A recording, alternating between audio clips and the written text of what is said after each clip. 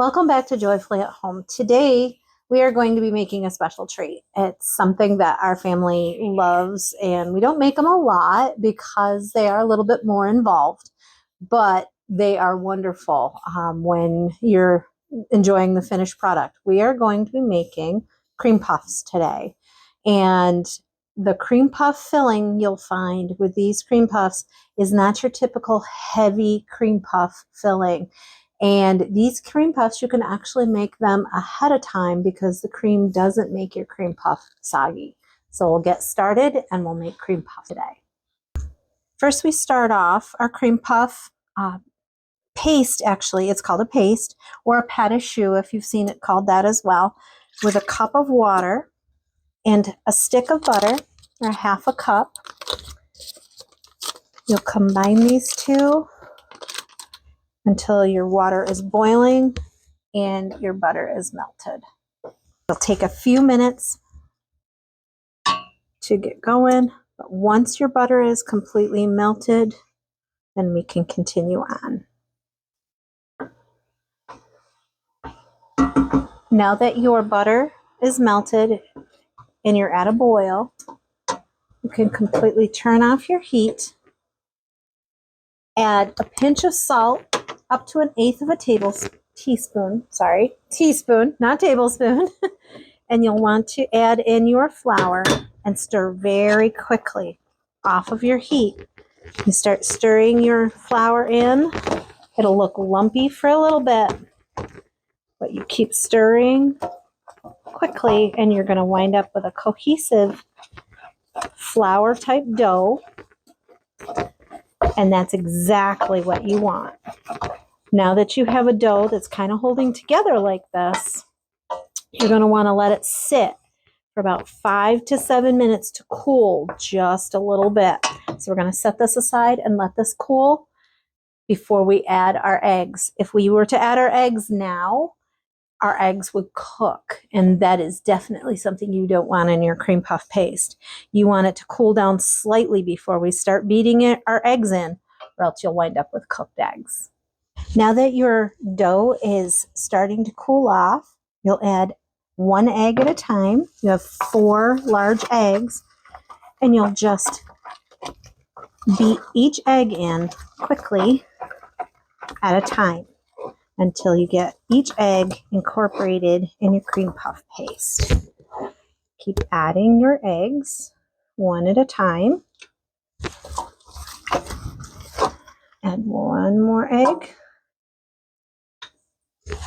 And if anybody has noticed that our eggs that I'm using are a little bit darker as far as the yolk color goes, that is because our eggs are organic and they're our own eggs from our own chickens. So that's why they might be slightly different in color than an egg you're used to from the store, because pastured eggs are generally a little bit darker in color.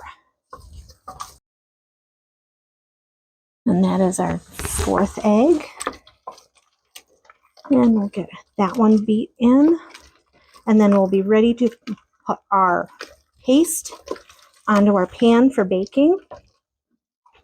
You'll get about 8 large cream puffs out of this batter.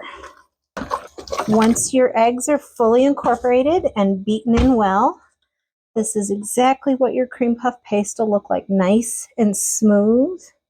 And now we'll go ahead and we'll put our cream puffs onto our pan, get them ready for the oven. You'll take your cream puff paste, and I usually use it just by a large spoonful, about like this, and drop them right onto an ungreased pan. You definitely want to make sure your pan isn't greased for these. And you'll get about 8 large cream puffs out of this recipe. As you place your cream puff dough, make sure they're spread at least 2 to 3 inches apart, because they will spread and grow. Now that you have your cream puff paste and your cream puff shells on your baking sheet, which is still ungreased, make sure of that. You'll put them in a 400-degree oven. These will bake for 30 to 35 minutes until they're nice and golden brown. You'll want to make sure you get that golden color on them. Otherwise, your insides will still be wet. So now we're going to go ahead and we're going to make our cream puff filling, which is a combination of just two ingredients, two very simple ingredients. And this makes a different kind of cream puff filling that isn't very heavy. It's nice and light and fluffy, and it doesn't make your cream puff soggy. So that's where it's a little bit different than conventional cream puff filling. We go ahead and we take a cup and a half of heavy whipping cream.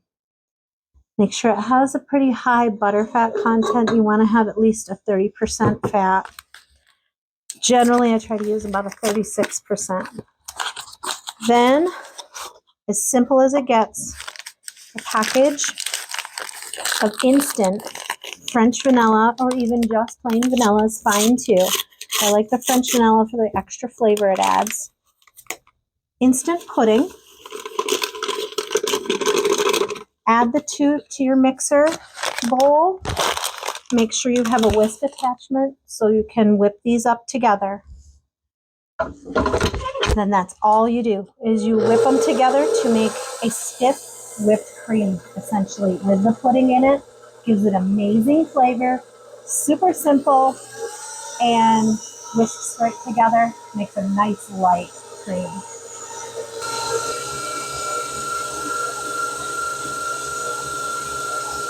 Now that your pastry cream is all nice and thick and light and fluffy, you can see the texture of that. It's very whipped. It's an incredible light pastry cream that can go right in the middle of your cream puffs. We'll go ahead and we'll get this put into our pastry bags so we can fill them easily. And we'll be ready to fill our cream puffs when they're out of the oven. We're going to go ahead and make our ganache now as well, so we can be ready to top our filled cream puffs when we're all said and done. And now we're going to go ahead and get our ganache ready to top our cream puffs with. You start off with a half a cup, again, of heavy cream.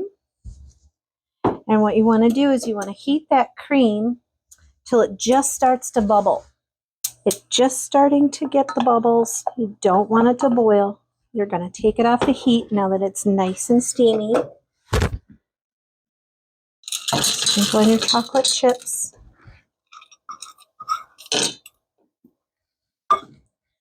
You can stir until your chocolate is melted and you have a nice, beautiful ganache. And as you can see, your ganache is coming together beautifully. Just keep stirring until it's nice and smooth, and then you can allow it to set to cool. Now that your ganache is nice and smooth, you can allow it to cool, and it'll be ready to spoon over the top of your cream puffs for that little extra treat on top.